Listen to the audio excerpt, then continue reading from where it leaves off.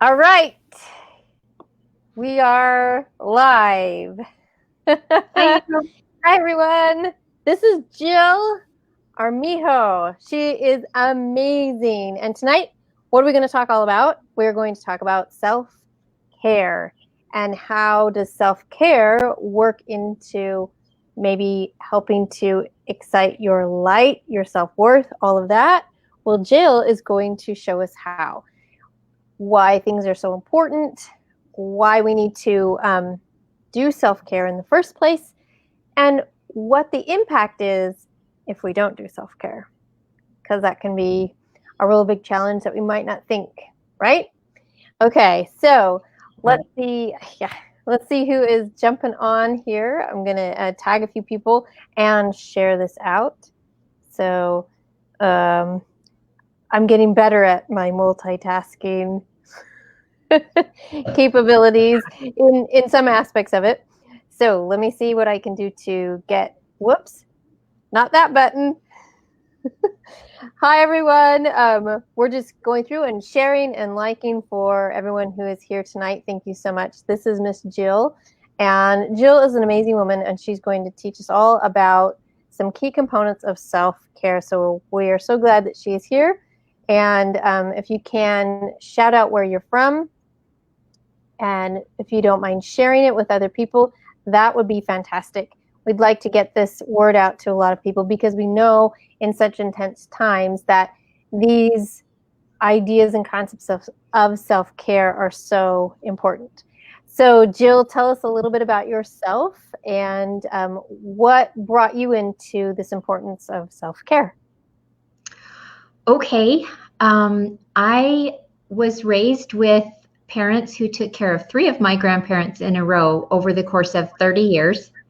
And of course, my last grandma that they took care of was still with them after I had, sprung the nest. But my very first experience as a caregiver was when my first grandma's husband died. And I just remember at his funeral, she kept saying over and over and over again, what is to become of me? What is to become of me? And it was the saddest thing I ever remember up to that point in my life. I was 10 years old, and we took her to live with us after me and my little sister went to stay with her for a summer. She had diabetes and she used a walker and she needed insulin shots, which the neighbors, this neighbor lady helped her with. But we cooked and we cleaned and we did laundry. Wow. And we were a mess. My little sister was 8 and I was 10. And we just had so many adventures. And after that summer, it was decided that my grandma was going to come live with us because my little sister and I just didn't quite get it. It was a lot of fun and it was challenging and we had some goofy experiences. But anyway, so that was the beginning of my caregiving journey. Oh, wow. Let me turn that off. So sorry. Go ahead.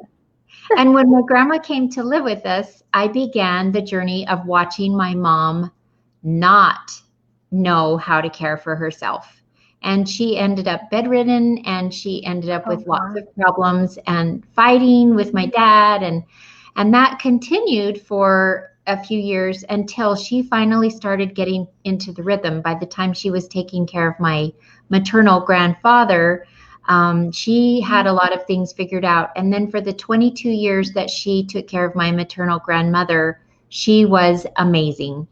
And so when I got married and my husband came back from the Gulf War, a different guy than I recognized, and things were challenging. I did just like my mom did, and I did not care for myself very well for many years, and until I got some life coaching. And my life coach is amazing and has helped me so much to figure out how to take care of myself, not just the getting your nails done and taking hot baths and eating and exercising, but the mindset and the emotional self-care, because the physical stuff, writing in your journals or doing yoga or doing all of the things, that is only what happens when we are in alignment with the essential self-care, which is the mindset and the emotions how we're thinking about our situation and how well we can process our emotions.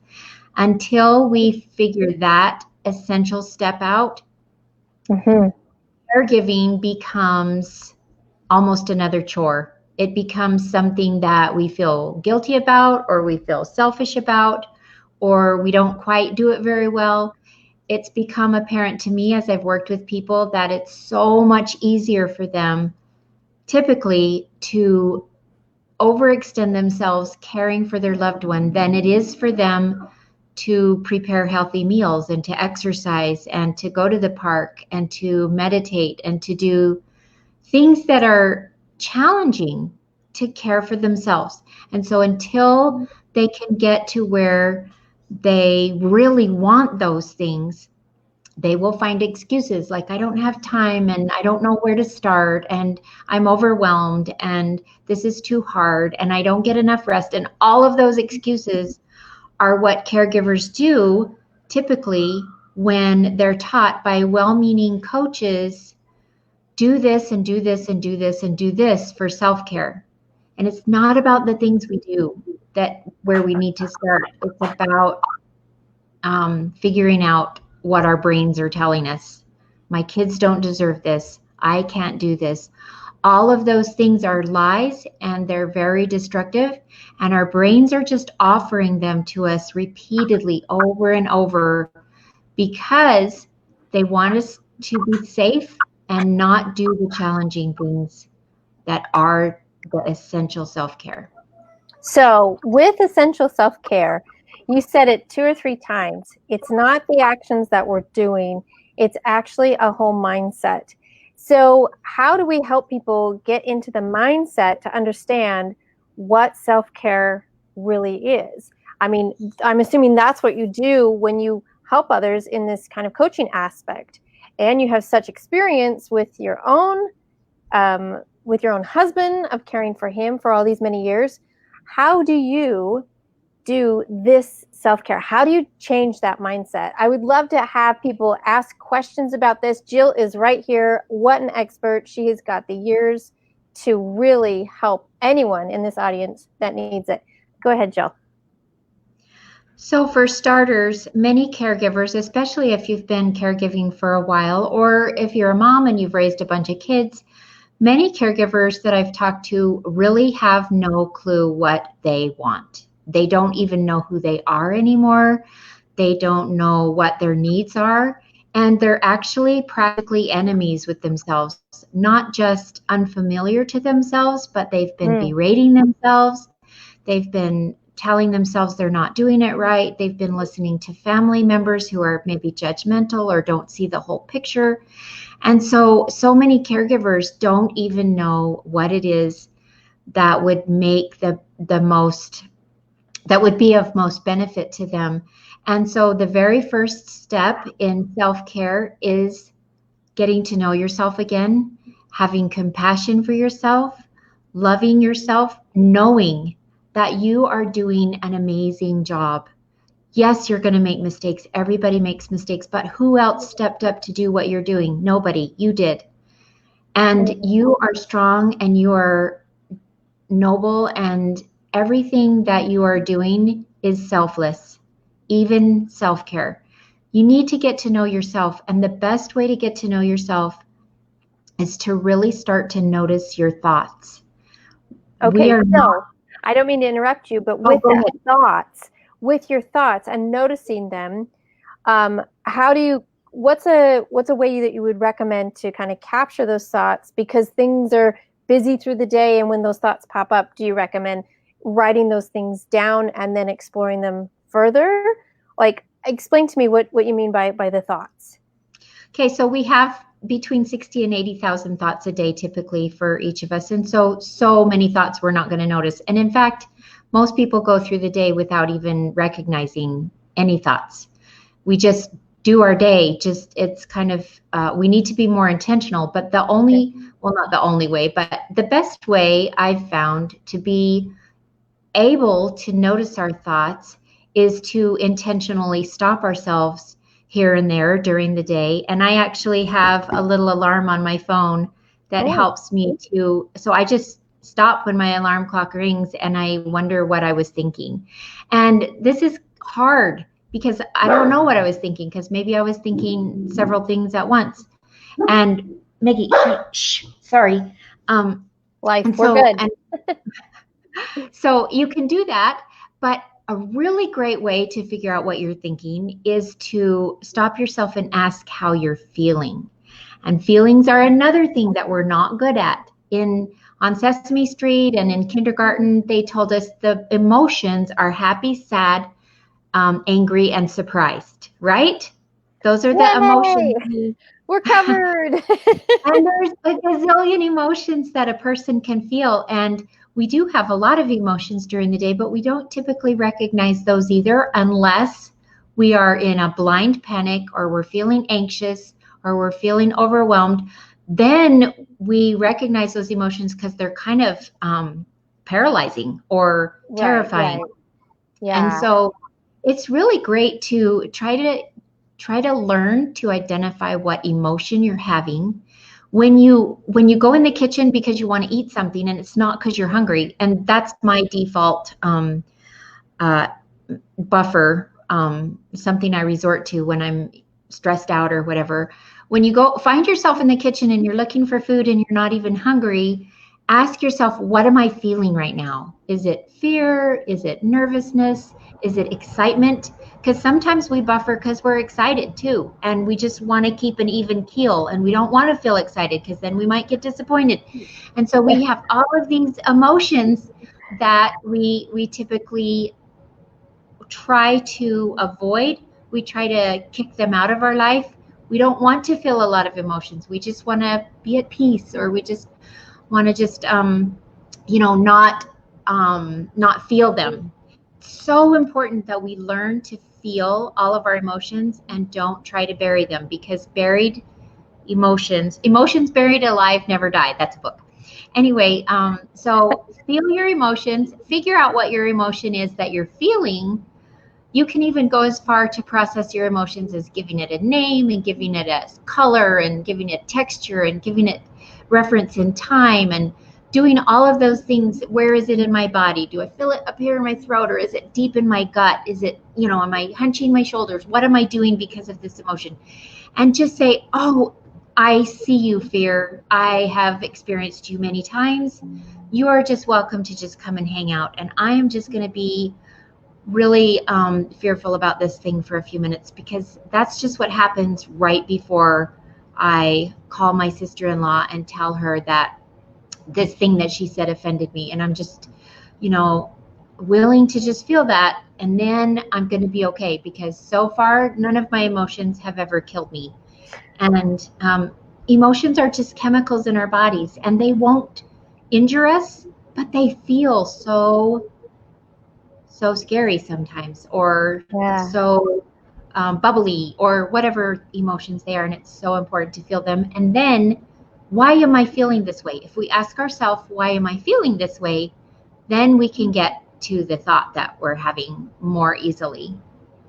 So as you're coaching your people, is this kind of the first step that you start to talk about, where they can become really aware of their thoughts? This is that first piece as far as their own self-care. Is that correct?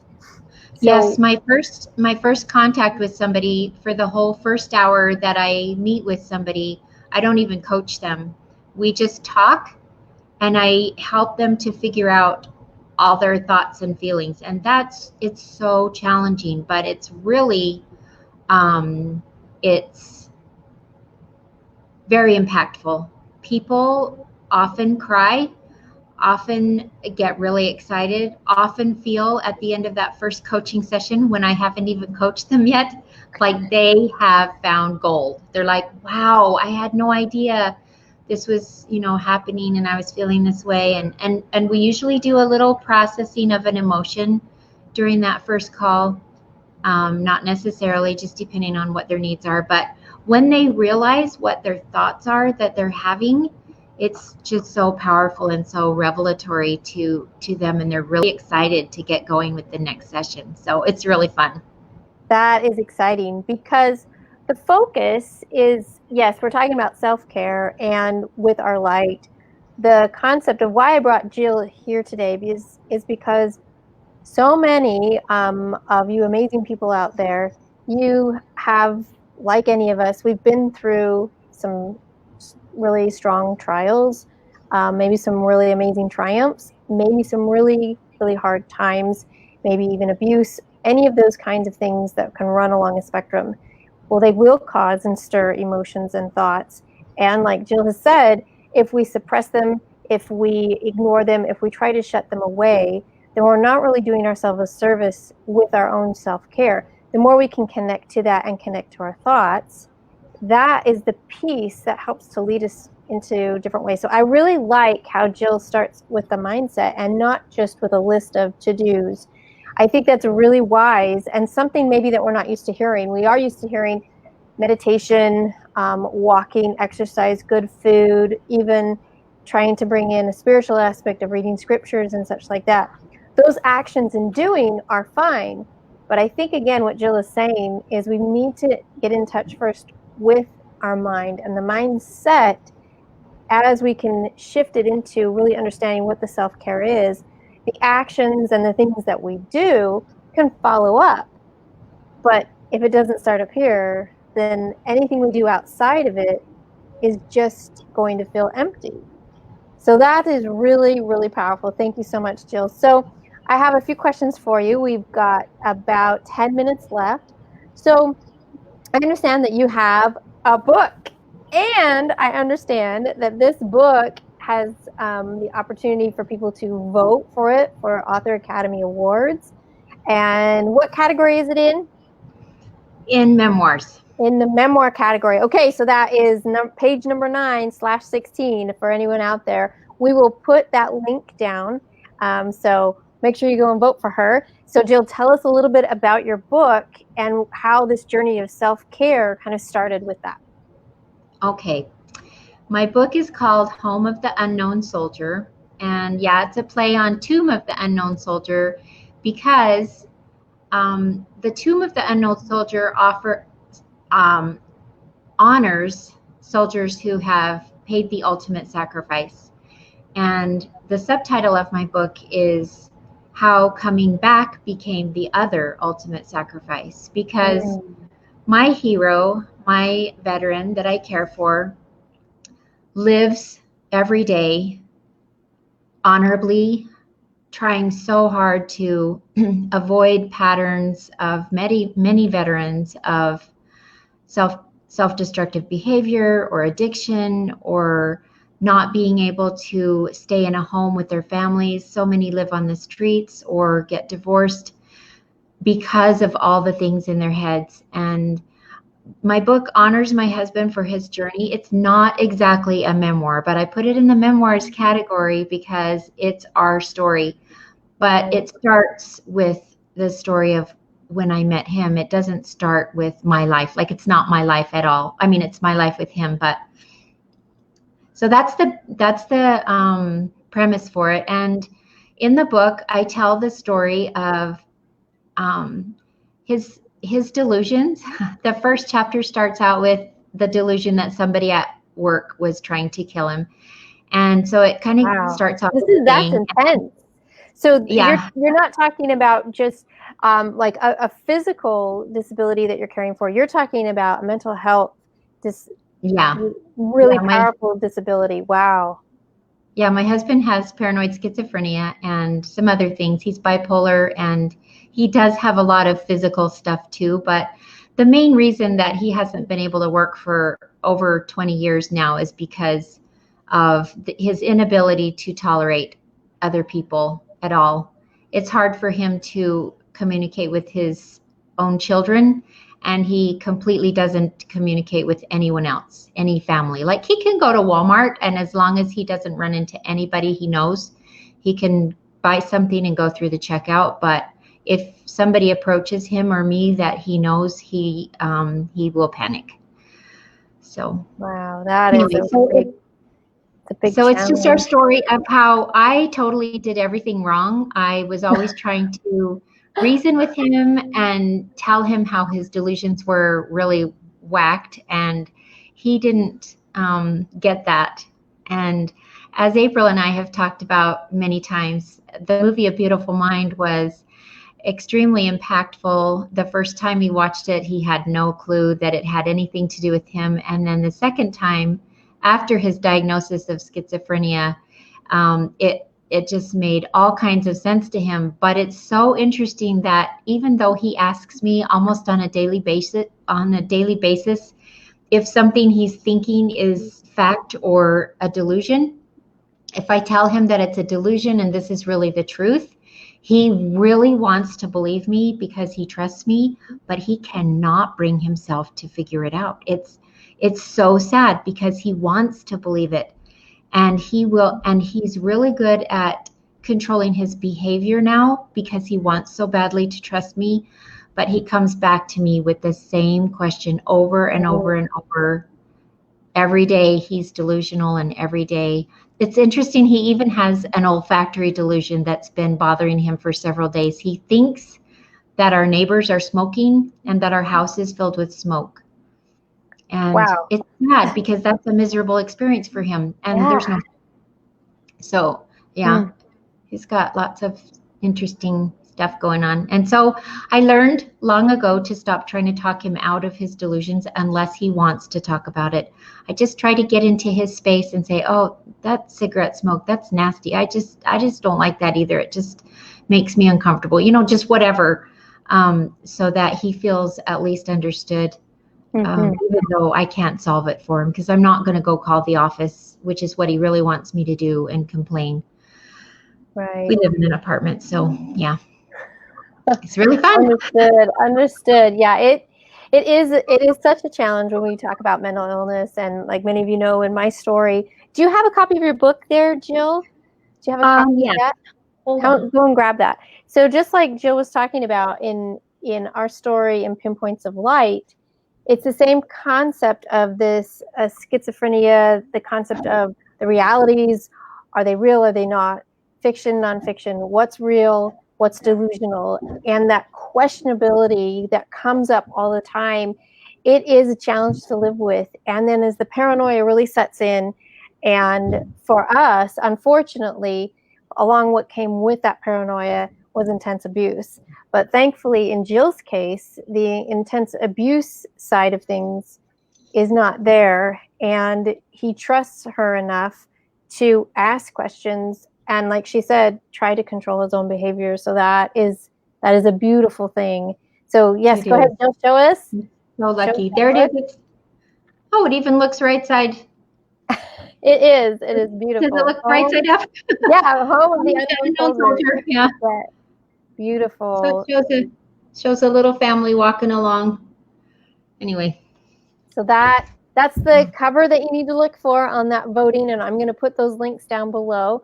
I thank you so much, Jill, for coming and sharing with us that big concept, which I think for many is really, that's a twist to think we've got to go here with the mind first and not just start with all of these actions that kind of fill in the gap or possibly even separate us from the emotions and the thoughts that we're actually trying to connect to, because now we just have so many things to do, right? So it becomes its own crutch and its own excuse without really connecting and finding how that self-care works.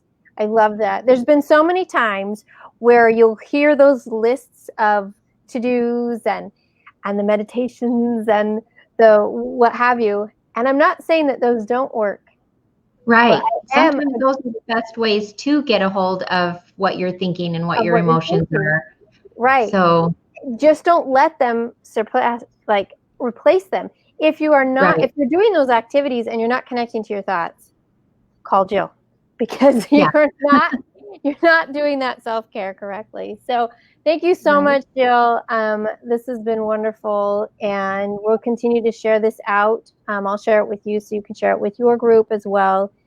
Please, everybody, I'll post the link down below and give her some votes. This is the last month to vote, and she is collecting them. This book is going to knock your socks off.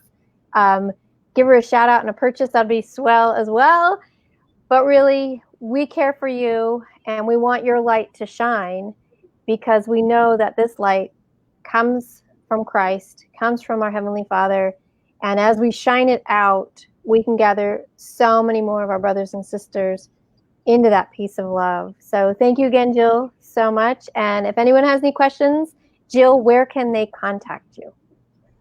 Well, you can contact me. You're welcome to email me. My email address is jill@jillarmijo.com, and that's ARMIJO. Oops. Yeah. You got it. There you go. Your arm, and then IJO. IJO. So okay. jill@jillarmijo.com, or you can just look up jillarmijo.com. Okay. Yeah. Excellent. Excellent. We'll put that down on the link below. Thank you, everybody, for coming and joining with us. Again, if you have any questions, please contact Jill or myself, and we will pass the information on. Self-care, everybody. Find your light. We'll see ya. Thanks, April.